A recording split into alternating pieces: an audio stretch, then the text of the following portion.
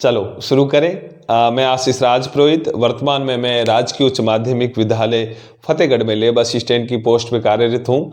हम क्लास 10वीं के लिए एक बहुत ही बढ़िया टॉपिक जिसका नाम है विद्युत यानी करंट इलेक्ट्रिसिटी ये पढ़ रहे हैं। इसके हमने मोटे मोटे से 6 भाग पढ़ लिए। आज हम इसका भाग नंबर 7वां डिस्कस करेंगे। छठे भाग में लास्ट में हमने पढ़ा था श्रेणी क्रम संयोजन। इसका मैंने पूरा डेराइव करके बता दिया कि लास्ट में जो तुल्य प्रतिरोध आता है R बराबर आता है R1 plus R2 plus R3। यदि 3 प्रतिरोध है तो, यदि 2 प्रतिरोध है तो R तुल्य या R नेट कितना आएगा R1 प्लस R2। 5 है तो R1 plus R2 plus R3 plus R4 R plus R5। यानी हम एक सरल योग करेंगे यदि हमारे पास श्रेणी क्रम संयोजन है। इससे संबंधित मैंने आपको एक क्वेश्चन करवाया था, एक और क्वेश्चन अपन आज करते हैं। तो मैं यहाँ पे लिख रहा हूं, वैसे वैसे आप लिखते जाओ। चलो शुरू करें। लिखो आप क्वेश्चन। निम्न परिपथ में कुल धारा तथा प्रत्येक प्रतिरोध लिखते जाओ साथ साथ पर विभव का मान ज्ञात करो। विभव का मान ज्ञात करो।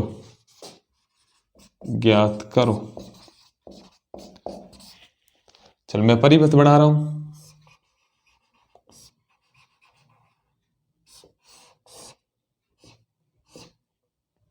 ये मैंने बना दिया परिपथ।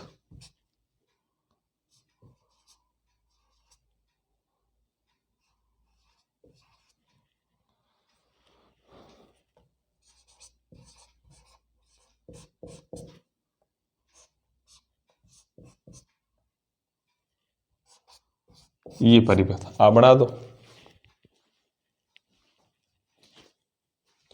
दिख रहा? Very good. निम्न परिपथ में कुल धारा तथा प्रत्येक प्रतिरोध पर विभव का मान ज्ञात करो। मैंने एक परिपथ बनाया है जिसमें एक 5 ओम का प्रतिरोध है, दूसरा 10 ओम का प्रतिरोध है। इन दो प्रतिरोधों को मैंने 30 वोल्ट की बैटरी के साथ जोड़ा है। तो इसमें आपको कुल धारा तथा प्रत्येक प्रतिरोध पर विभव का मान ज्ञात करना है। विभव का मान ज्ञात करना। चलो ट्राई करो, तुम खुद करो। धारा तो सिंपली तुम निकाल दोगे, हाँ या ना। धारा I बराबर होता है V बटा R। V दिया हुआ है, R कुल ज्ञात कर लो, उसको भाग दे दो, कितनी आ रही धारा। ये तो सिंपल है। और विभव भी आना चाहिए। कल मैंने डेरिवेशन बताया था, उसमें मैंने प्रत्येक प्रतिरोध पर विभव का मान ज्ञात करना सिखाया। मैंने लिखा था ओम के नियम से पहले प्रतिरोध पर विभव का मान यानी V1 बराबर इतना इतना होगा, V2 बराबर इतना इतना, V3 इतना होगा। लेकिन आज मैंने 2 प्रतिरोध लिए। चलो ट्राई करो। Very good. अधिकांश बच्चे कोशिश कर रहे हैं और सही कोशिश कर रहे हैं। अच्छा आंसर आ रहा है उनका, अच्छा आंसर आ रहा है। चलो आ जाओ बोर्ड के ऊपर, मैं समझा दूं। चलो कंसंट्रेट। सिंपली बात है, निम्न परिपथ में कुल धारा यानी I हमें ज्ञात करनी है तथा प्रत्येक प्रतिरोध पर विभव, प्रतिरोध कितने 2, तथा प्रत्येक प्रतिरोध पर विभव का मान ज्ञात करें। यानी 2 प्रतिरोध है तो एक प्रतिरोध को मैं R1 मानता हूं, दूसरे को R2 मानो, यानी एक 5 ओम का, दूसरा 10 ओम का। तो पहले प्रतिरोध पर विभव V1 होगा, दूसरे प्रतिरोध पर विभव V2 होगा, और इन दोनों को हमें क्या करना है, ज्ञात। ऐसे लिखा करो। यानी हमें पहले धारा ज्ञात करनी, फिर प्रत्येक प्रतिरोध पर विभव ज्ञात करना है, जो विभव होगा V1 और V2 जो हमें ज्ञात करना है। ठीक है। अब देखो पहली चीज है, मैंने पहले भी बोला, पहले हमें सिर्फ सीधा प्रतिरोध और विभव देते थे, हम धारा ज्ञात करते। लेकिन हमें अब बहुत सारे प्रतिरोध दिए हुए, जिसमें से 2 प्रतिरोध अब दिए हुए इस परिपथ में। तो पहले हम कुल प्रतिरोध ज्ञात करेंगे। तो ये दोनों आपस में श्रेणी क्रम में जुड़े हुए। श्रेणी में कैसे, पहले प्रतिरोध का दूसरा सिरा दूसरे प्रतिरोध के पहले सिरे से जुड़ा हुआ है, तभी तो है ये श्रेणी क्रम। तो श्रेणी क्रम में R तुल्य अपन ज्ञात करते हैं। R नेट या R कुल कितना होता, R कुल सर R1 प्लस R2। यदि 3 होते तो R3 R4, यहाँ तो 2 है, तो R तुल्य होगा 5 प्लस 10 बराबर सर 15 ओम। ये आ गया 15 ओम। है ना। अब मुझे धारा ज्ञात करनी हो, श्रेणी क्रम में मैंने आपको लिखा है, स्टार भी लगाया था, श्रेणी क्रम में धारा का मान हमेशा समान होता है। यदि यहाँ से आई धारा निकलती है तो इससे भी आई जाएगी, इससे आई जाएगी, यहाँ से करके वापस आएगी। इसका मतलब हमें धारा ज्ञात करनी है, यानी आई ज्ञात करना। आई बराबर होता है V बटा आर। कितना होता है V बटा आर? V मतलब बैटरी ने जो वोल्टेज दिया वो कितना दिया? 30। आर हमने अभी ज्ञात किया 15। 30 बटा 15 कितना हो गया? 2 एम्पियर। यानी धारा हमारे पास आई कितनी आ गई? 2 एम्पियर। यानी यहां से जो ये धारा निकल रही है, यहां से जो धारा वापस आ रही है, इसका मान कितना है? 2 एम्पियर। कितना है? 2 एम्पियर। जो धारा हमारे पास आई 2 एम्पियर, हमने आई तो ज्ञात कर ली। अब हमें ज्ञात करना है V1 और V2। V1 देखो, V1 का मतलब पहले प्रतिरोध के ऊपर वोल्टेज कितना गिरेगा, मतलब बैटरी के पास 30 है तो इसको कितना देगा ना इसको कितना देगा, तो वो ज्ञात करते। तो V1 का मैंने कल फॉर्मूला लिखवाया था, V1 बराबर, वैसे विभव V बराबर क्या होता है? IR होता है। तो V1 यानी पहले प्रतिरोध पे ज्ञात कर रहा हूं, धारा तो वैसे समान रहेगी, धारा तो वैसे समान रहेगी, और पहले प्रतिरोध कितना है? R1। पहला प्रतिरोध कितना है? R1 तो है। इसका मतलब धारा कितनी आई मेरे पास? धारा सर 2 एम्पियर आई। धारा कितनी आई? 2 एम्पियर। और पहला प्रतिरोध कितना है? 5 ओम का। कितना? 5 ओम का। तो 2 गुणा 5 करूंगा तो 10 वोल्ट। कितना? 10 वोल्ट। इसका मतलब बैटरी के पास 30 था तो 10 इसको दिया, पीछे कितना बचा? 20। तो 20 किसको देगा? इसे देगा। वो कैसे वो ज्ञात करते? सर V2 करते ज्ञात। V2 बराबर होगा IR2। IR2 कितना? IR2। आई कितनी है? 2 है, हाँ या ना। आई 2 है और R2 कितना है? सर 10 है। तो 2 गुणा 10 कितना हो गया? 20 वोल्ट। 2 गुणा 10 कितना हो गया? 20 वोल्ट। और टोटल देखो, इन दोनों का मैं टोटल करता हूं तो कितना आ रहा? 30 वोल्ट। और बैटरी के पास कितना था? 30 वोल्ट तो था। टोटल बैटरी के पास 30 वोल्ट था। जितना होगा वो तो इनके ऊपर मौटेगा। तो इस क्वेश्चन से भी ऐसा आ रहा है, और आप ये क्वेश्चन का आंसर लिखो। समझ में आया? ऐसे लिखना है। चलो लिखो आंसर इसका। सिंपली बात, चीजें समझ में तो आ रही है। मतलब पहले आप आर तुल्य ज्ञात करोगे, आपने याद कर लिया, बैटरी दी हुई है तो उसका विभव आप लगा के धारा ज्ञात कर लोगे, और पहला जो प्रतिरोध है उसके ऊपर विभव यानी V1, आई तो सब में समान रहेगी, उसका R1, दूसरे का R2, यानी 10 वोल्ट और 20 वोल्ट। 10 और 20 वोल्ट टोटल हो गया 30 वोल्ट। अरे आया समझ में? ऐसे क्वेश्चन आपको करने हैं। Very good. आगे बढ़े अपन। चलो मैं मिटा रहा हूं, ये मिटा रहा हूं।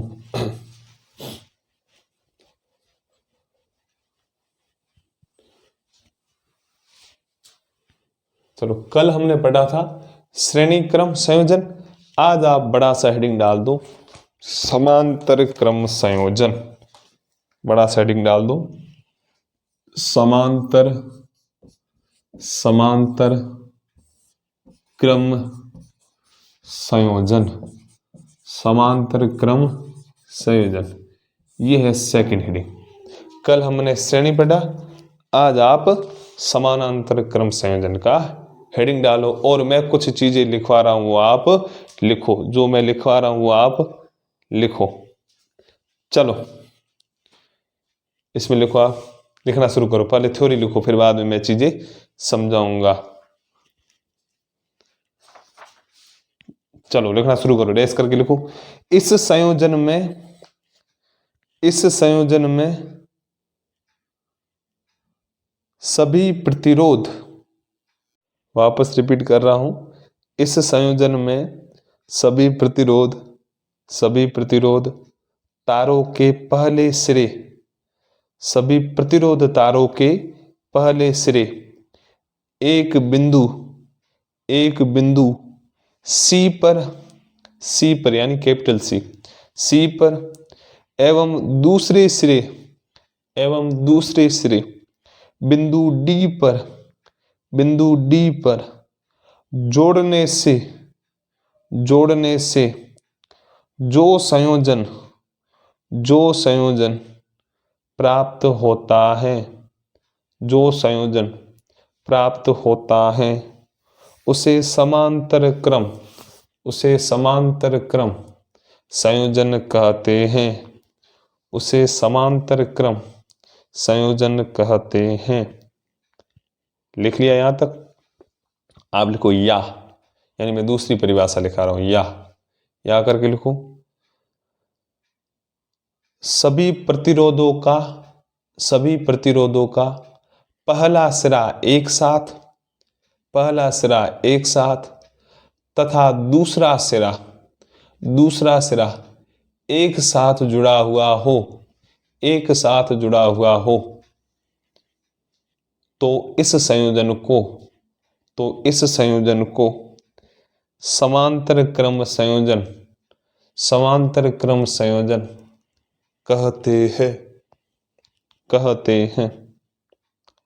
कहते हैं। खड़ी पाई लगाकर नई वाली लाइन से लिखना शुरू करो। निम्न चित्र में तीन चालकों के समांतर क्रम का संयोजन दर्शाया गया है जिनके प्रतिरोध क्रमशः R1 R2 व R3 हैं।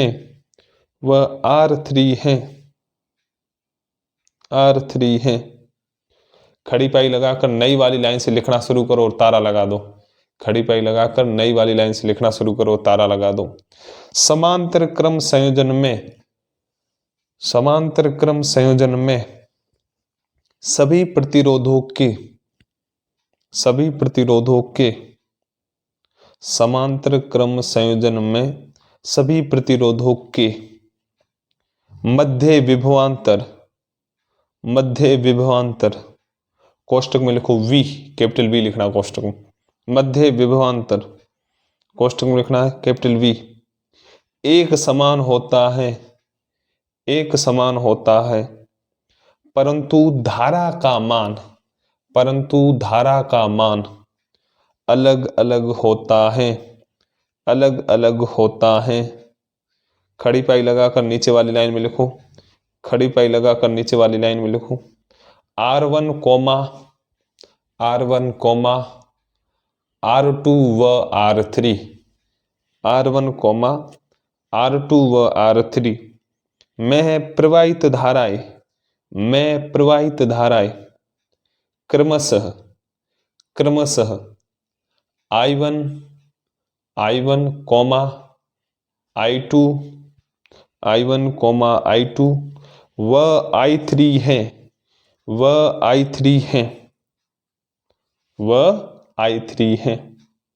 व I3 हैं।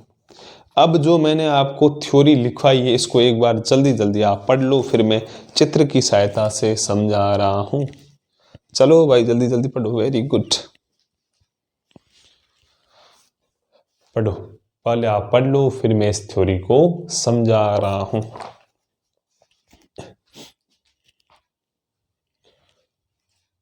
थ्योरी पढ़ लो। पढ़ ली? अपन चित्र बनाते फिर चित्र की सहायता से समझते। आ जाओ, जैसे मैं चित्र बना रहा हूं वैसे आप चित्र बना दे जाओ। जैसे मैं चित्र बना रहा हूं वैसे आप बनाते जाओ। जैसे मैं चित्र बना रहा हूं वैसे आप बनाते जाओ।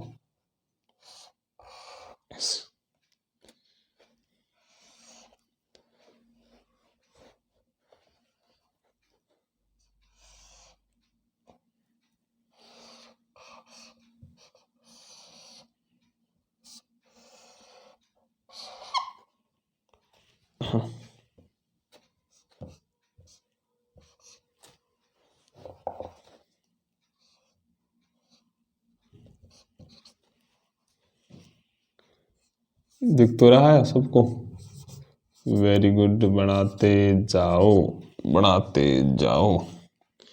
यहां से धारा आई इसके अंदर आएगी I1, इसके अंदर आएगी I2, इसके अंदर आएगी I3, यहां से निकल के वापस आएगी I। ये आप बना दो।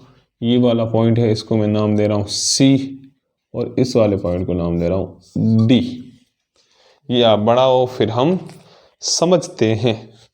क्लियरिटी बराबर आ रही है, वेरी गुड, चित्र बराबर दिख रहा है।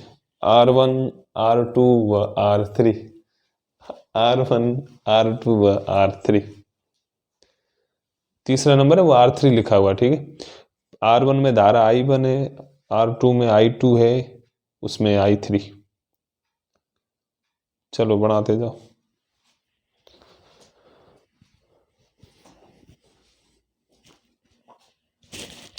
चलो अपन समझते हैं, आजा बोर्ड के ऊपर। ये R3 लिखा हुआ, ठीक है, दिख तो रहा है सबको। ये क्या है? R3, ये है R3। चलो आजा बोर्ड के ऊपर। देखो मैंने थ्योरी क्या लिखवाई वो इसके थ्रू समझते पहले। इस संयोजन में सभी प्रतिरोध तारों के पहले सिरे एक बिंदु C एवं दूसरे सिरे बिंदु D पर जोड़ने से जो संयोजन प्राप्त होता है उसे समांतर क्रम संयोजन कहते हैं। सिंपली बात, ये पहला तार है, तार ऐसे थे, ये पहला तार, दूसरा तार, तीसरा तार। यदि और इसको विस्तार पूर्वक लिखूं तो पहले तार का प्रतिरोध ऐसा, दूसरे तार का प्रतिरोध ऐसा, तीसरे तार का प्रतिरोध ऐसा। अब मैं क्या करूं, तारों को मोड़ रहा हूं, इनको मोड़ के इनके आगे वाले सिरे एक साथ जोड़ता हूं, यानी मैंने ऐसे जोड़े, और पीछे वाले सिरों को मैं ऐसे जोड़ रहा हूं। यानी फिर मैंने क्या लिखवाया, सभी तारों का पहला सिरा एक साथ और सभी तारों का दूसरा सिरा एक साथ जोड़ने से जो क्रम हमारे पास प्राप्त होता है उसे हम बोलते हैं समांतर क्रम संयोजन। उसे हम क्या बोलते हैं? समांतर क्रम संयोजन। यानी पहला सिरा सबका एक साथ और अंतिम सिरा सबका एक साथ, यही तो है, यही इसमें लिखा हुआ है। फिर आगे मैंने लिखवाया कि निम्न चित्र में तीन चालकों के समांतर क्रम का संयोजन दर्शाया गया है, जो मैंने ये दर्शाया। फिर मैंने लिखवाया जिनके प्रतिरोध क्रमशः R1 R2 R3, सही बात है, तीन तारे, पहली तार का प्रतिरोध R1 है, दूसरी का R2 है, तीसरी का R3 है। तो समांतर क्रम संयोजन में सभी प्रतिरोधों के सिरों के मध्य विभवांतर V एक समान रहता है परंतु धारा अलग अलग होती है। की पॉइंट सबसे ध्यान रखना, श्रेणी क्रम संयोजन में सभी प्रतिरोधों में धारा का मान समान होता है लेकिन विभव अलग अलग होता है, वहां हम अलग अलग ज्ञात करते हैं, V1 V2 V3। लेकिन समांतर क्रम संयोजन में सभी प्रतिरोधों के ऊपर विभव का मान समान रहेगा। बैटरी का यदि V है तो R1 का V होगा, R2 का V होगा और R3 का V होगा, लेकिन धारा का मान चेंज हो जाता है। बैटरी से धारा I निकलती है, करंट I निकलता है, जैसे यहां तक आता है, यहां तक आने के बाद धारा बंट जाती है, आधी धारा I1 उधर जाती है, फिर I2 उधर जाती है, I3 ऐसे, फिर वापस यहां से निकलने के बाद क्या बन जाती है? I। बंट जाने का मतलब क्या है, यदि यहां से 10 एम्पीयर आई है धारा तो पहले में 3 एम्पीयर गई, दूसरे में 5 एम्पीयर गई और तीसरे में कितनी जाएगी? 2 एम्पीयर। तो 3 5 8 और 2 10, यानी धारा बंट रही है। श्रेणी क्रम संयोजन में धारा सब में आई रहती थी लेकिन विभव बदलता था। समांतर क्रम संयोजन में विभव हमेशा V रहेगा सबके ऊपर। यदि बैटरी 10 वोल्ट की है तो इसके ऊपर 10 वोल्ट, इसके ऊपर 10 वोल्ट, इसके ऊपर 10 वोल्ट, लेकिन धारा यानी करंट चेंज होगी, इसमें I1 जाएगी, इसमें I2 जाएगी, इसमें I3 जाएगी। कॉन्सेप्ट समझ में आया? और मैंने आपको ये ध्यान रखना है, हमेशा पूछा जाता है श्रेणी क्रम संयोजन में किसका मान समान रहता है, तब तुम बोलोगे सर धारा का। समांतर क्रम संयोजन में किसका मान समान रहता है, तब तुम बोलोगे विभव या विभवांतर का। आया समझ में? ये डायग्राम था।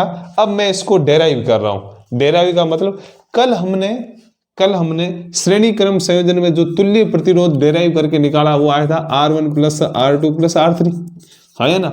अब हम समांतर क्रम संयोजन में डेराइव करके निकालेंगे कि इसमें जो R कुल आता है वो कितना आता है, क्या इसके जैसा आता है या इसके अलावा आता है, क्या है क्या नहीं, वो अब हम सीखेंगे। चलो मैं यहां पर डेराइव करता जा रहा हूं, आप मेरे साथ लिखते चलो, जैसे जैसे मैं लिख रहा हूं वैसे वैसे आप लिखते चलो मेरे साथ। चलो ये मैं मिटा रहा हूं, यहां से मैं शुरू कर रहा हूं, जहां से आपने चित्र समाप्त किया ना उसके नीचे कंटिन्यू लिखते हुए आप चलो, लिखते हुए चलो। चित्र को वो आपके बना हुआ उसको देख के समझोगे आप, मैं समझा दूंगा। अब जैसे जैसे मैं लिख रहा हूं वैसे लिखो। R1 में प्रवाहित धारा, यानी अब हम ज्ञात करें, वहां हमने क्या ज्ञात किया था, R1 में विभव या R1 के दोनों टर्मिनलों के मध्य विभवांतर। लेकिन यहाँ हम क्या ज्ञात करेंगे, धारा, क्योंकि धारा बदलती है। R1 में प्रवाहित धारा, वैसे आपको पता है V बराबर IR होता है, तो I बराबर क्या होगा, V बटा R, हाँ या ना, V बटा R। तो R1 में प्रवाहित धारा थी I1। अभी चित्र में देखो ऊपर I1 लिखा है, I1 का मान कितना होगा, V का V लिखूंगा क्योंकि सभी प्रतिरोधों के ऊपर विभवांतर समान रहेगा। R कितना होगा, तो सर पहले का प्रतिरोध यानी R1। आया समझ में। अब आगे ऐसे लिखो, R2 में प्रवाहित धारा, R2 में प्रवाहित धारा क्या होगी सर, I2 होगी। वो कितनी होगी, V बटा R2, V बटा R2। तो R3 में प्रवाहित धारा, तो सर R3 में प्रवाहित धारा होगी I3। I3 कितनी होगी, V बटा R3, V बटा R3। ये लिख लो, I1 में प्रवाहित धारा V बटा R1, I2 में V बटा R2 और I3 में V बटा R3। ये क्या है, धारा, ये धारा। चूंकि मैं बैटरी की बात करता हूं तो बैटरी से धारा कितनी निकल रही है, तो सर बैटरी से धारा निकल रही है I, हाँ है ना, बैटरी से धारा I निकल रही है। जैसे ऊपर जाती है फिर वो बढ़ जाती है, किसी में I1 जाती है, किसी में I2 जाती है, फिर I3, जैसे ही वापस तीनों मिलते हैं वहां से वापस I बढ़ जाती है। यानी कुल धारा, चूंकि कुल धारा I बराबर है I1 plus I2 plus I3, कुल धारा यही है भाई। कुल I जो धारा, वहां पे हमने क्या ज्ञात किया था, कुल विभव V बराबर V1 plus V2 plus V3। लेकिन यहाँ कुल धारा क्या है, I1 plus I2 plus I3। यहां मैं इसको ऐसे लिख सकता हूं, यहां मैं इसको ऐसे लिखता हूं, I बराबर I1 कितना है सर, V बटा R1, V बटा R1 प्लस I2 कितना है सर, V बटा R2 प्लस I3 कितना है, V बटा R3, हाँ है ना। या मैं ऐसे भी लिख सकता हूं, ऐसे भी मैं ऐसे लिख सकता हूं, या मैं ऐसा करूं, इसमें मैं V को कॉमन ले लेता हूं, यानी V को बाहर लेता हूं। V को मैं बाहर लूंगा तो आएगा 1/R1 plus 1/R2 plus 1/R3, यही तो आएगा।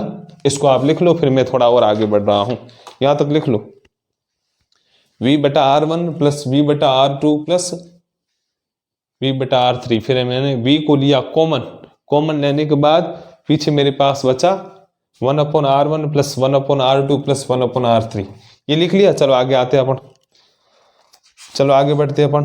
अब देखो जो मेरे पास पहले जो सर्किट था वो ऐसे था, 3 प्रतिरोध ऐसे जुड़े हुए थे और एक बैटरी थी। अब मैं इसका तुल्य प्रतिरोध निकाल रहा हूं। तुल्य मतलब सर इन तीनों को जोड़ के मैंने एक वायर बना दिया, इन तीनों को जोड़ के मैंने एक वायर बना दिया। एक वायर का मतलब पहले मेरे पास 3 अलग अलग थे, अब मैंने तीनों को जोड़ के एक प्रतिरोध बना दिया ऐसे। बैटरी तो जुड़ी हुई थी, बैटरी तो जुड़ी हुई थी, V का V था, मैंने एक बनाया और एक का मैं प्रतिरोध मान रहा हूं R। पहले 3 अलग थी, तीनों को मैंने एक बना दिया और एक का मैं प्रतिरोध क्या मान रहा हूं R। और यहां से धारा क्या निकल रही है I, यहां से धारा क्या निकल रही है I और यहां से वापस I। ये मैंने बना दिया तुल्य प्रतिरोध। अब देखो, अब तुल्य प्रतिरोध मैंने बना दिया। अब यदि मैं इसके लिए या मैं इसके लिए लिख लेता हूं RP का मतलब R पैरेलल यानी समानांतर क्रम का तुल्य प्रतिरोध। यदि इसके लिए मैं विभव की बात करूं या इसके लिए मैं धारा की बात करूं तो इसके लिए धारा I बराबर आ जाएगा V बटा R पैरेलल, हाँ या ना। इसके लिए तुल्य तो इतना ही आएगा भाई, इसका विभव V, इसका प्रतिरोध RP और इसकी धारा I, इसका ये तुल्य प्रतिरोध आ गया। अब मैं क्या करूं, ये जो डेरिवेशन मैंने लिखा है इसके अंदर मैं इसका मान रखता हूं। वो कैसे, देखो यहां तक आप लिख लो, मैं आगे समझा रहा हूं, यहां तक आप लिख लो, मैं ऊपर वाले 2 चीजें मिटा रहा हूं।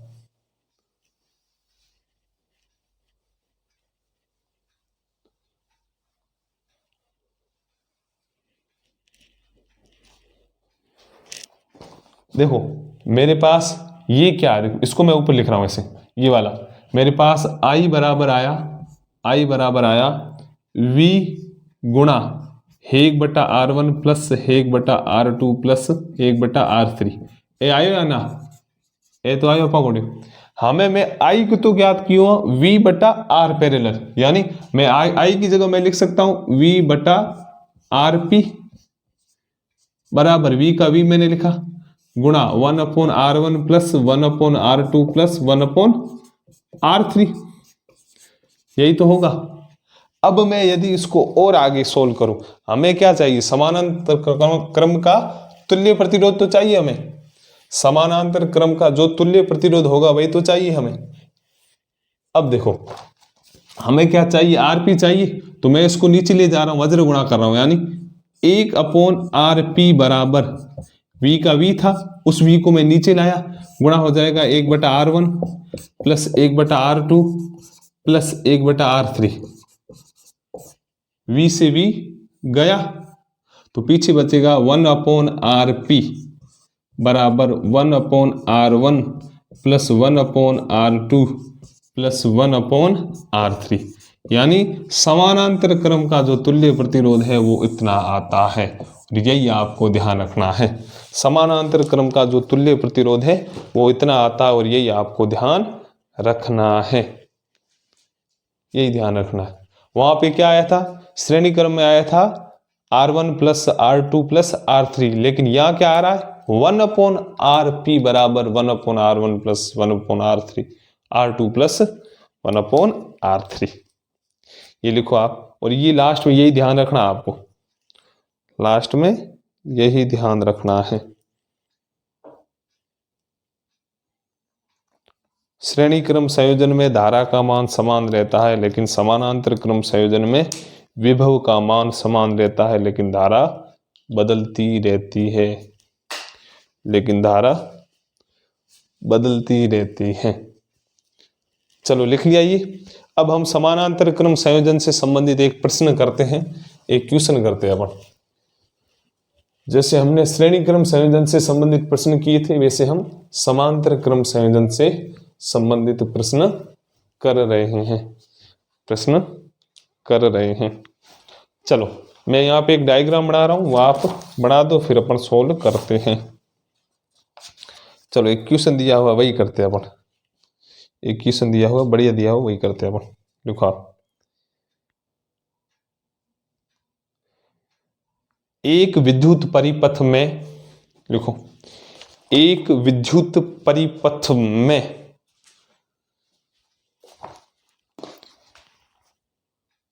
मैं वापस रिपीट कर रहा हूं, एक विद्युत परिपथ में 1 ओम 2 ओम 2 ओम व 3 ओम के प्रतिरोध समांतर क्रम संयोजन में जुड़े हुए हैं।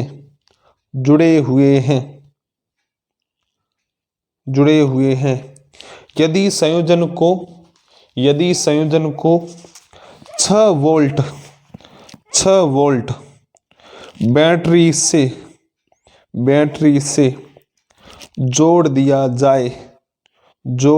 जाए तो संयोजन का तुल्य प्रतिरोध ज्ञात करो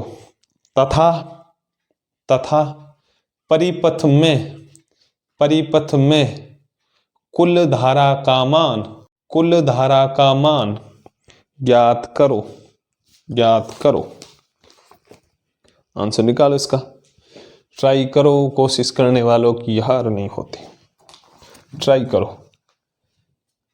क्या आंसर आ रहा है, क्वेश्चन जैसा जैसा पूछ रहा है वैसे वैसे आप बनाते जाओ, जैसा जैसा क्वेश्चन पूछ रहा है वैसे वैसे बनाते जाओ आप, क्वेश्चन क्या पूछ रहा है वैसा वैसा बनाते जाओ। चलो आ जाओ बोर्ड के ऊपर, मैं समझा रहा हूं। मैंने एक क्वेश्चन दिया है, एक विद्युत परिपथ में 1 ओम 2 ओम व 3 ओम के प्रतिरोध समांतर क्रम में जुड़े हुए। समांतर क्रम मतलब सर इनका पहला सिरा एक साथ होगा, इनका सर पहला सिरा एक साथ होगा और दूसरा एक साथ, इनका सर पहला सिरा एक साथ होगा और दूसरा एक साथ। कितने ओम के प्रतिरोध है सर, 1 ओम का प्रतिरोध है, एक 2 ओम का प्रतिरोध है और एक 3 ओम का प्रतिरोध है, हाँ या ना, यही तो। ये समांतर क्रम में जुड़े हुए, और इस परिपथ को मैं 6 वोल्ट की बैटरी से जोड़ता हूं, 6 वोल्ट की बैटरी से जोड़ रहा हूं, ये मैंने जोड़ दिया 6 वोल्ट की बैटरी, ये है प्लस और ये है माइनस। ऐसे बनाना जैसे जैसे क्वेश्चन कर, आपको पता है बैटरी से धारा निकलेगी I, क्या निकलेगी I। अब ये क्या पूछ रहा है, परिपथ का तुल्य प्रतिरोध यानी आर नेट हमें पूछ रहा है, और कुल धारा यानी आई हमें ये पूछ रहा है, आई पूछ रहा है। दो चीजें ये पूछ रहा है और यही दो हमें याद करनी। यदि आर नेट आ जाएगा तो आई आ जाएगी, क्योंकि आई बराबर होता है वी बटा आर, वी 6 है, आर हम तुल्य ज्ञात करेंगे। और आया समझ में? अब आर नेट ज्ञात करते हैं। समानांतर क्रम में आर नेट का फॉर्मूला होता है 1/r नेट बोलो या आर पी बोल दो, अभी पी का मतलब पैरेलल यानी समानांतर, वहां होता आर एस यानी सीरीज। 1/rp बराबर होता है 1/r1 plus 1/r2 plus 1/r3, यही होता है 1/rp। 1/rp बराबर 1/r1 मतलब 1/r1 कितना 1 है, प्लस 1/r2 मतलब 1/2 है, प्लस 1/r3 मतलब 1/3 है। हाँ या ना, यही तो है। मुझे 1/rp चाहिए, 1/rp बराबर, अब मैं इनमें लसब लूंगा, क्या लूंगा सर, 6 ले लेते हैं। हाँ या ना, 6/1, 1 या 6, 6/1, 6 को 1 से गुणा करूंगा तो 6 आएगा, प्लस 6/2, 3 को 1 से गुणा करूंगा 3 आएगा, प्लस 6/3, 2 को 1 से गुणा करूंगा 2 आएगा, यानी 6 3 9, 9 2 11/6, यानी 1/rp आया मेरे पास 11/6। और हमें क्या चाहिए, rp चाहिए। इसका मतलब मैं इसको भले वज्र गुणा कर दूं, इसको मैं इधर ले जाऊं, इसको मैं इधर ले जाऊं, तो क्या हो जाएगा 1 × 6 बराबर 11 × rp, 11 × rp। हाँ या ना, और हमें क्या चाहिए rp, तो rp बराबर हो जाएगा 1 × 6 का 6, और इधर था 11 गुणा में, उधर आएगा तो भाग में, यानी rp समानांतर क्रम संयोजन का कुल प्रतिरोध कितना आ गया। ये श्रेणी में बढ़िया था, श्रेणी में तो सीधा जोड़ना था, लेकिन यहाँ पे क्या है, उल्टा जोड़ना है, फिर लसम मसब थोड़ा बहुत आपको आना चाहिए। यानी rp बराबर आ जाएगा 6/11, और हमें क्या चाहिए धारा, तो धारा सर I बराबर होता है V/R। V सर कितना 6, R कितना आपने ज्ञात किया 6/11, 6/11। इसका मतलब ये क्या हो जाएगा 6 × 11/6 मतलब बराबर 11 एम्पियर। धारा कितनी आ जाएगी 11 एम्पियर, ये है इसका आंसर। लिख लो, टिप लो आप। थोड़ी बहुत जोड़ बाकी गुणा भाग आपको आनी चाहिए, थोड़ी बहुत जोड़ बाकी गुणा भाग आपको आना ही चाहिए, वरना तो कोई मतलब ही नहीं, आना चाहिए। चलो, टोटल धारा आ गई इतनी, ये से ये है पैरेलल का, ये धारा का यहाँ से, ये आप लिख लो। टोटल धारा आ गई इतनी और कुल प्रतिरोध आ गया इतना। अरे आया समझ में? वेरी गुड, शाबाश। चलो उतार दो। ये था आपका समांतर क्रम संयोजन। वैसे चलो आज के लिए इतना खूब है, कल ये चैप्टर हम पूरा कर लेंगे, मतलब एंड हो जाएगा, फिर बाद में हम पढ़ेंगे वो तुम बोल रहे थे चुंबकीय प्रभाव वाला, वो भी बढ़िया टॉपिक है, वो समझ समझ के पढ़ेंगे। इसको भी आप यदि समझने की कोशिश करते हो एक बेटर चैप्टर है। चलो बढ़िया, गुड बाय, ध्यान रखो खुद का।